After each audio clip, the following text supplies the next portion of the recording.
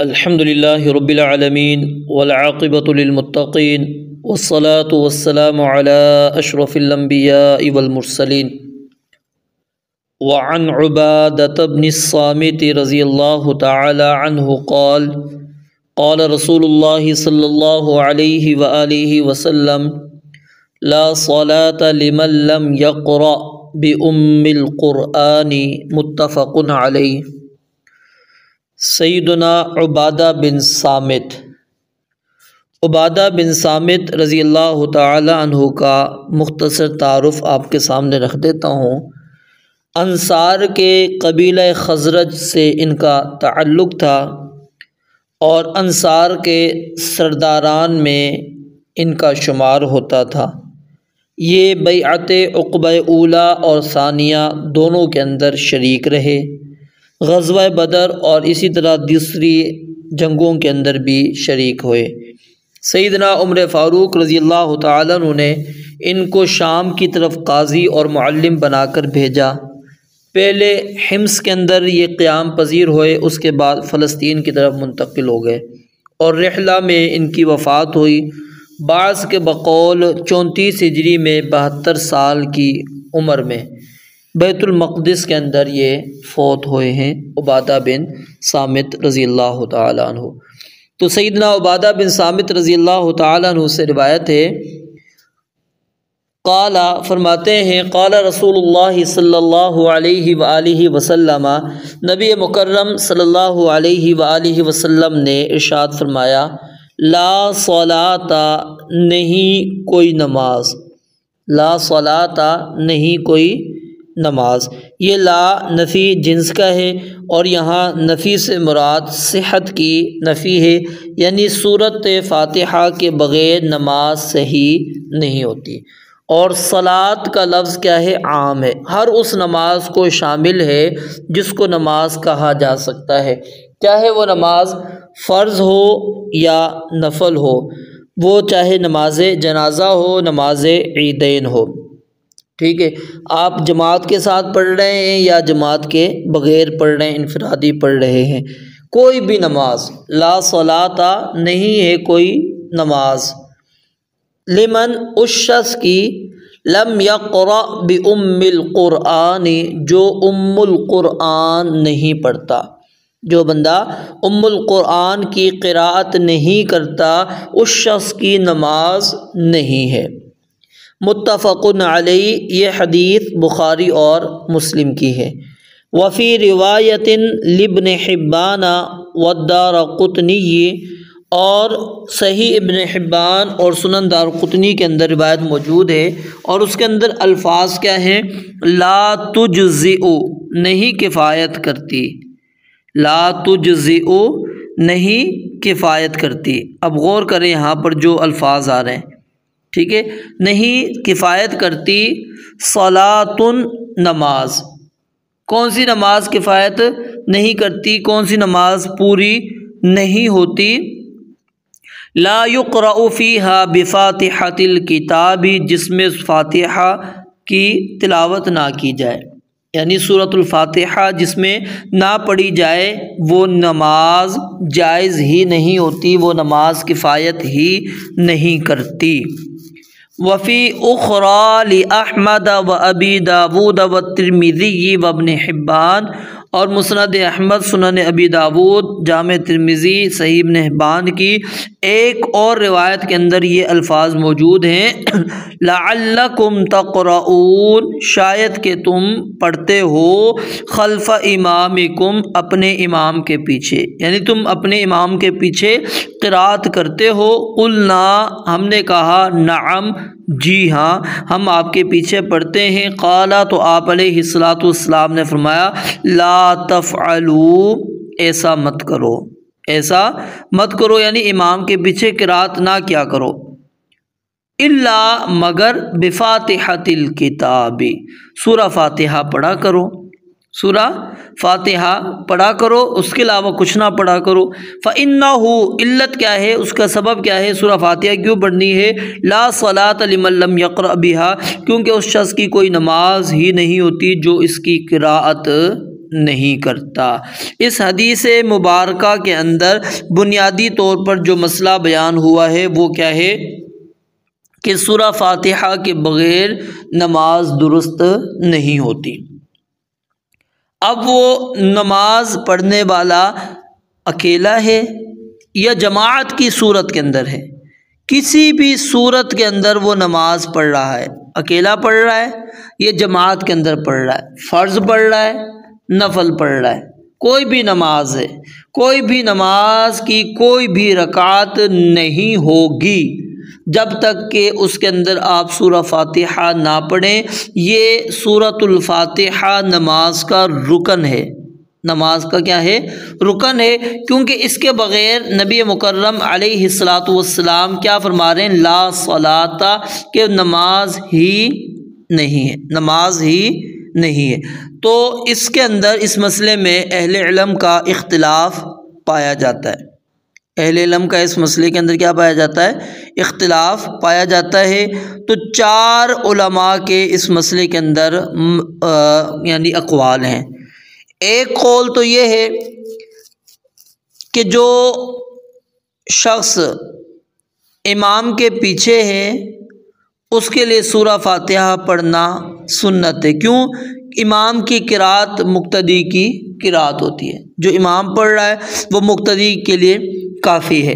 تو ان کے نزدیک سورہ فاتحہ پڑھنا یہ سنت ہے۔ کوئی بندہ اگر امام کے ساتھ نماز میں شروع میں بھی شامل ہو جاتا ہے، وہ سورہ فاتحہ نہیں پڑھتا تو وہ کہتے ہیں کہ جی اس کی نماز ہو گئی، کوئی اور سورت پڑھتا ہے کافی ہو جائے گی۔ دوسرا قول یہ ہے کہ نماز سری ہو یا جہری ہو، مقتدی پر قرات واجب ہے، سورہ فاتحہ پڑھنا کیا ہے؟ واجب ہے۔ اور ان کی دلیل یہ جو حدیث پڑھی ہے کہ لا صلاۃ، کوئی نماز نہیں، کہ اس کے اندر سری اور جہری دونوں نمازیں آ رہی ہیں۔ تیسرا موقف یہ ہے کہ سورہ فاتحہ امام پر تو واجب ہے، مقتدی پر واجب نہیں ہے۔ دلیل ان کی کیا ہے؟ وَإِذَا قُرِئَ الْقُرْآنُ فَاسْتَمِعُوا لَهُ وَأَنصِتُوا لَعَلَّكُمْ تُرْحَمُونَ، کہ مقتدی جو ہے امام کے تابع ہوتا ہے۔ اور دوسری بات کہ جہری نماز میں قرات فاتحہ جو ہے مقتدی پر لازم نہیں ہے، بلکہ کس کے اوپر لازم ہے؟ امام کے اوپر لازم ہے۔ اور ایک اور دلیل وہ پیش کرتے ہیں سیدنا موسیٰ علیہ السلام کی دعا کو، جو اللہ رب العالمین نے سیدنا ہارون علیہ السلام کی دعا بھی قرار دیا، اور وہ کیا تھی؟ ربنا انک آتیت فرعون وملأہ زینۃ واموالا فی الحیاۃ الدنیا ربنا لیضلوا عن سبیلک ربنا اطمس علی اموالہم واشدد علی قلوبہم فلا یؤمنوا حتی یروا العذاب العلیم قال قد اجیبت دعوتکما، اللہ نے کہا میں نے تم دونوں کی دعا قبول کر لی ہے۔ دعا مانگنے والے کون ہیں؟ سیدنا موسیٰ علیہ السلام، کہتے ہیں دعا دونوں کی قبول ہو رہی ہے۔ چوتھا قول یہ ہے کہ سورہ فاتحہ امام، مقتدی اور اکیلے تینوں پر واجب ہے، اور اس کی دلیل یہ جو آخر کے اندر ہم نے جو مسند احمد، ابو داؤد، ترمذی، ابن حبان والی روایت پڑھی جو فجر کی نماز کا واقعہ ہے۔ سب سے پہلے آتے ہیں اب ہم ان اقوال کی طرف، تاکہ تھوڑا سا میں آپ کے سامنے یہ مسئلہ واضح کر دوں۔ پہلا قول آپ نے یہ پڑھا کہ امام کی قرات مقتدی کی قرات ہوتی ہے، ٹھیک ہے۔ اس کے اندر حدیث پیش کی جاتی ہے کہ من کان لہ امام فقراءۃ الامام لہ قراءۃ، ٹھیک ہے۔ سنن ابن ماجہ کے اندر جابر رضی اللہ تعالیٰ عنہ سے یہ حدیث موجود ہے، 850 نمبر۔ تو اس کے متعلق امام بوصیری رحمۃ اللہ علیہ کیا بیان فرماتے ہیں کہ اس حدیث کی اسناد ضعیف ہیں۔ اور امام ابن حجر رحمۃ اللہ علیہ نے التلخیص الحبیر کے اندر لکھتے ہیں کہ یہ حدیث صحابہ کی ایک جماعت سے متعدد طرق سے مروی ہے، اور وہ سب کے سب طرق جو ہیں معلول ہیں، کوئی بھی علت سے خالی نہیں ہے۔ تو یہ روایت کیا ہے؟ مرسل ہے۔ یہ روایت کیا ہے؟ حدیث مرسل ہے، تو اس کی سند اور حکم دونوں درست نہیں ہے۔ تو یہ استدلال اس حدیث سے کرنا کہ امام کی قرأت مقتدیوں کے لیے کافی ہے، یہ بات درست نہیں ہے۔ تو یہ مسئلہ بالکل کلیئر ہو گیا، واضح ہو گیا۔ دوسرا قول کیا تھا کہ نماز سری ہو یا جہری مقتدی پر بھی قرأت واجب ہے۔ اس کی دلیل کیا ہے؟ لا صلاۃ لمن لم یقرأ بأم القرآن، کہ آپ نے فرمایا کوئی بھی نماز نہیں۔ اب صلاۃ کا لفظ کیا ہے؟ عام ہے، ہر نماز کو شامل ہے۔ اور امام بخاری رحمۃ اللہ علیہ نے وجوب کا قول نقل کیا ہے۔ امام بخاری رحمۃ اللہ علیہ نے وجوب کا قول نقل کیا ہے اس چیز کے اوپر کہ جو بندہ سورہ فاتحہ جو یعنی کہ امام پر مقتدی پر حضر میں ہو یا سفر میں ہو، سری نماز ہو یا جہری نماز ہو، سب میں وہ کہتے ہیں کہ قرأت کرنا واجب ہے۔ اور دلیل کے طور پر انہوں نے یہی حدیث پیش کی ہے کہ لا صلاۃ لمن لم یقرأ بأم القرآن۔ اور تیسرا موقف جو ہے وہ کیا ہے؟ مقتدی پر کہتے ہیں قرأت واجب نہیں ہے، فاتحہ جو ہے صرف امام پر واجب ہے۔ دلیل کیا ہے؟ وَإِذَا قُرِئَ الْقُرْآنُ، کہتے ہیں یہ حدیث، یہ آیت کیا ہے؟ عام ہے کہ جب بھی قرآن پڑھا جائے، جب بھی قرآن پڑھا جائے تو تم نے غور سے سننا ہے اور کان لگا کر تم نے سننا ہے، خاموش رہنا ہے تاکہ تم پر رحم کیا جائے۔ تو کیا اس کا تعلق نماز کے ساتھ ہے؟ نمبر ایک، اگر تو یہ عام ہے جب بھی قرآن پڑھا جائے، تو پھر جب مدارس کے اندر قرآن پڑھا جاتا ہے تو کیا ایک بچہ پڑھ رہا ہوتا ہے باقی خاموش ہوتے ہیں، یا سب کے سب پڑھ رہے ہوتے ہیں، یا نہ پڑھنے کے پر استاد جی جو ہیں سب کو سزا بھی دے رہے ہوتے ہیں؟ پھر قاری صاحب سبق سن رہے ہوتے ہیں، کیا ایک ہی بچے کا ایک وقت میں سنتے ہیں یا دو تین کو بھی بٹھا کر سبق سن رہے ہوتے ہیں؟ تو قرآن تو جب پڑھا جائے تو سب کو کہیں جی بیٹا خاموش ہو جاؤ، قرآن پڑھا جا رہا ہے، سب بچے سنو، اب یہاں پر میں بھی سن رہا ہوں آپ بھی سنیں؟ نہیں، پھر وہاں پر ہم کہتے ہیں جی تعلیم ہے، تعلیم کے لیے ہو رہا ہے۔ تو بات یہ ہے کہ جب وَإِذَا قُرِئَ الْقُرْآنُ فَاسْتَمِعُوا لَهُ سے اگر آپ استدلال کر رہے ہیں، ٹھیک ہے، تو یہ استدلال آپ کا کرنا کہ امام کی قرأت مقتدیوں کو کیا نام ہے سورہ فاتحہ کا پڑھنا مقتدی پر واجب نہیں ہے۔ دلیل کیا ہے کہ جب قرآن پڑھا جائے تو آپ نے خاموشی کے ساتھ سننا ہے۔ تو ہم یہ کہیں گے سورہ فاتحہ کی قرأت کیا ہے؟ واجب ہے، اور اس کی دلیل آپ نے پڑھ لی ہے، اور اس کے وجوب کی جو تخصیص ہے، ٹھیک ہے، اس عموم کو وہ تخصیص کرتی ہے۔ سورہ فاتحہ کے پڑھنے کا جو وجوب ہے وہ اس عام کو کیا کر رہی ہے؟ خاص کر رہی ہے۔ تو تب اس کا معنی اس آیت کا کیا ہوگا کہ جب قرآن پڑھا جائے تو اس کو ضرور دھیان سے سنو سوائے فاتحہ کے، کیونکہ اس کا پڑھنا بھی کیا ہے؟ لازم ہے، ضروری ہے، اس کے بغیر آپ کی نماز نہیں ہوگی۔ باقی امام کی قرأت مقتدی کی قرأت سے کافی نہیں ہوتی۔ اور جہاں تک تعلق ہے سیدنا موسیٰ علیہ السلام کی اس دعا کو لینا کہ دعا کرنے والے سیدنا موسیٰ علیہ السلام ہے، اور اللہ تعالیٰ کہتے ہیں قد اجیبت دعوتکما، تمہاری دعا کو میں نے قبول کر لیا ہے۔ تو دعا اور نماز کے اندر فرق ہے یا نہیں ہے؟ پہلی چیز تو یہ ذہن میں رکھیں، نماز اور دعا کے اندر فرق ہے یا نہیں؟ فرق ہے، موجود ہے، ظاہر ہے۔ دعا ایک بندہ کر رہا ہوتا ہے، سب اس کے اوپر آمین کہہ رہے ہوتے ہیں، تو وہ تو قبول ہو رہی ہے۔ یہاں نبی علیہ السلام نے یہ تو نہیں کہا کہ امام جو ہے وہ سورہ فاتحہ پڑھے تو آپ نے جو ہے نا پیچھے آمین کہہ دینا تو آپ کی کافی ہو جائے گی۔ پھر تو امام جو کچھ پڑھ رہا ہے نماز میں، ٹھیک ہے، ساری کی ساری نماز پڑھتا ہے، ہم نماز کے بعد آ کے امام صاحب کے ساتھ ہو جاتے ہیں، ہم کچھ بھی نہیں پڑھتے، ہم کہتے ہیں کہ جی آمین، کہ اللہ ہماری اس نماز کو قبول کر لے، قبول ہو جائے گی۔ تو یہ اس چیز کو غور کریں، سمجھیں۔ تو صحیح موقف اس کے اندر کیا ہے کہ نماز کے اندر سورہ فاتحہ پڑھنا یہ ضروری ہے، لازم ہے، اس کے بغیر نماز نہیں ہوتی۔ پہلی حدیث کے اندر بالکل واضح آ گیا عبادہ بن صامت والی کہ لا صلاۃ، کہ کوئی نماز نہیں ہے لمن لم یقرأ بأم القرآن، جو ام القرآن کو یعنی سورہ فاتحہ کو نہیں پڑھتا۔ اور جو اگلی روایت ہے اس کے اندر اور زیادہ وضاحت آ رہی ہے، ٹھیک ہے۔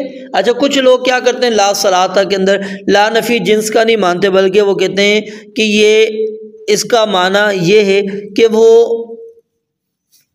مکمل نہیں ہوتی، نماز مکمل نہیں ہوتی، نماز ہو جاتی ہے لیکن مکمل نہیں ہوتی۔ اگلی روایت کا پھر آپ کیا کریں گے؟ لا تجزئ، کفایت ہی نہیں کرتی، کافی ہی نہیں ہوتی۔ پھر اس کا آپ کیا کریں گے ان الفاظ کا کہ وہ نماز کافی ہی نہیں ہوتی جس کے اندر ام الکتاب نہ پڑھی جائے، قرآن کریم نہ پڑھا، سورہ فاتحہ نہ پڑھی جائے، وہ کافی نہیں ہوتی۔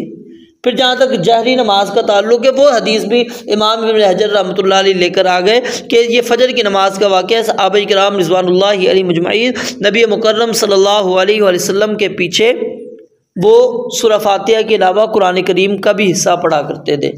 تو آپ نے سلام پھیرا، نماز قرات آپ کے اوپر کیونکہ مشقت اور تکلیف کے ساتھ ہو رہی تھی آپ کو پڑھتے ہوئے، آپ نے سلام پھیرا۔ سلام کے بعد آپ نے کہا لعلکم تقرؤون خلف امامکم، غور کریں الفاظ کے اوپر، لعلکم تقرؤون، شاید کہ تم پڑھتے ہو، خلف امامکم، اپنے امام کے پیچھے، یعنی امام کے پیچھے تم پڑھ رہے ہو، قرات کرتے ہو۔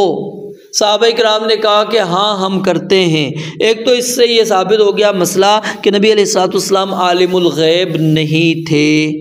اگر آپ عالم الغیب ہوتے تو آپ یہ نہ کہتے، آپ کہتے کہ تم پڑھتے کیوں ہو میرے پیچھے، آپ نے یہ نہیں کہا، بلکہ آپ نے کہا کہ شاید کہ گویا کہ تم میرے پیچھے پڑھ رہے ہو۔ صحابہ نے بھی جواب میں کہا نعم، ہاں ہم پڑھتے ہیں۔ آپ نے کیا کہا؟ لا تفعلوا، ایسا نہ کرو، ایسا نہیں کرنا، آئندہ تم نے نہیں پڑھنا، آئندہ تم نے کیا کرنا ہے، یہ کام جو تم کرتے ہو نا پڑھنے والا، یہ پڑھنے والا کام چھوڑ دو، الا بفاتحۃ الکتاب، سوائے سورہ فاتحہ کے، یعنی سورہ فاتحہ پڑھنی ہے، سورہ فاتحہ پڑھنی ہے۔ اب یہ دیکھیں امام جہری ہے، امام کے پیچھے صحابہ کرام، جہری نماز ہے، فجر کی نماز کا واقعہ ہے۔ آپ علیہ الصلوۃ والسلام کیا فرماتے ہیں کہ جہری نماز کے اندر بھی پڑھو، کیا پڑھنا ہے؟ سورہ فاتحہ پڑھنی ہے، سورہ فاتحہ کے علاوہ کوئی اور چیز نہیں پڑھنی۔ اور سورہ فاتحہ کیوں پڑھنی ہے اس کی علت بھی بیان کر دی، لا صلاۃ لمن لم یقرأ بہا، کہ اس شخص کی نماز ہی نہیں ہوتی جو اس کی قرات نہیں کرتا۔ تو اب اس سے واضح نص اور دلیل کیا ہو جو سورہ فاتحہ کے وجوب کو ثابت کرتی ہو کہ سورہ فاتحہ کا پڑھنا واجب ہے۔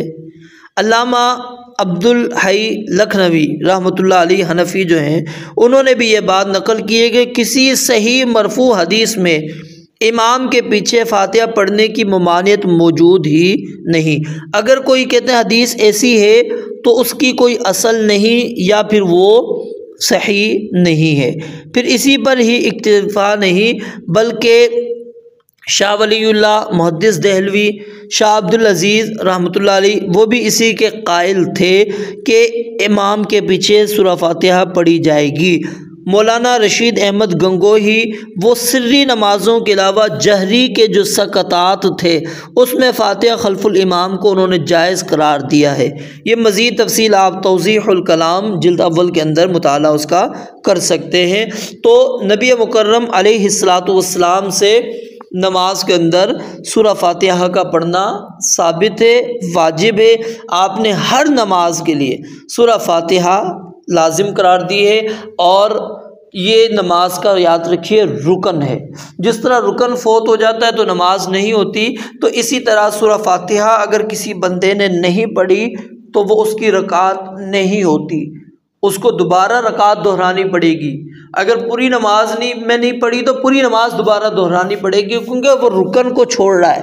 لا تجزئ، کفایت نہیں کرتی، وہ نماز ہی نہیں ہوتی، وہ نماز ہی نہیں ہوتی، وہ کفایت ہی نہیں کرتی۔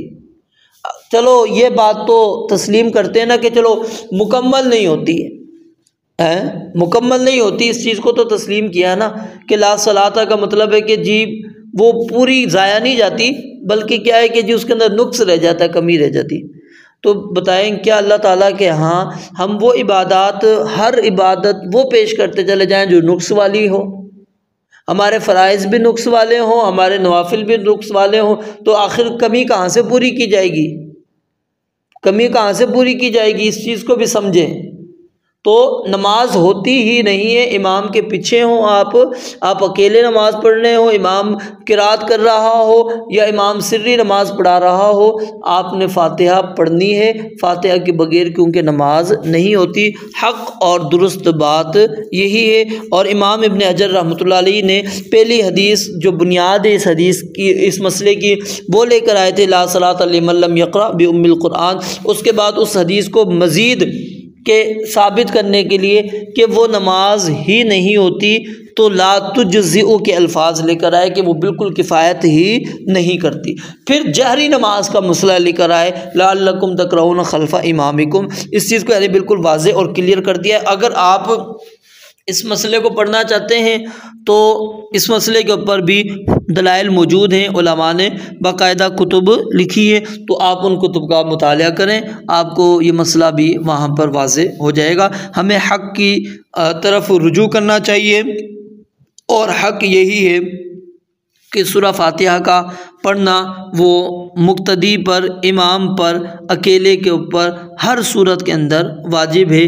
کوئی بھی ایسی کیفیت نہیں ہے جس کے اندر نبی مکرم صلی اللہ علیہ وآلہ وسلم نے کسی کو استثناء کیا ہو، کسی کو آپ نے نکال دیا ہو کہ یہ کیفیت ہو تو اس وقت آپ نے سورہ فاتحہ نہیں پڑھنی، باقی صورتوں کے اندر پڑھنی ہے، نہیں، آپ نے ہر صورت کے اندر سورہ فاتحہ پڑھنے کا حکم دیا ہے۔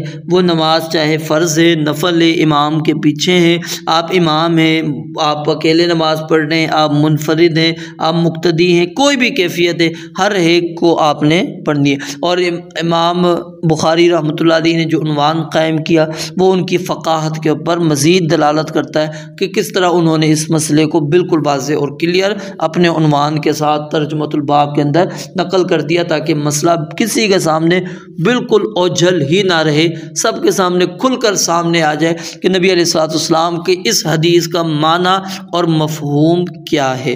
اللہ رب العالمین سے دعا ہے رب العالمین سمجھنے عمل کرنے کی توفیق عطا فرمائے۔ وآخر دعوانا الحمد للہ رب العالمین۔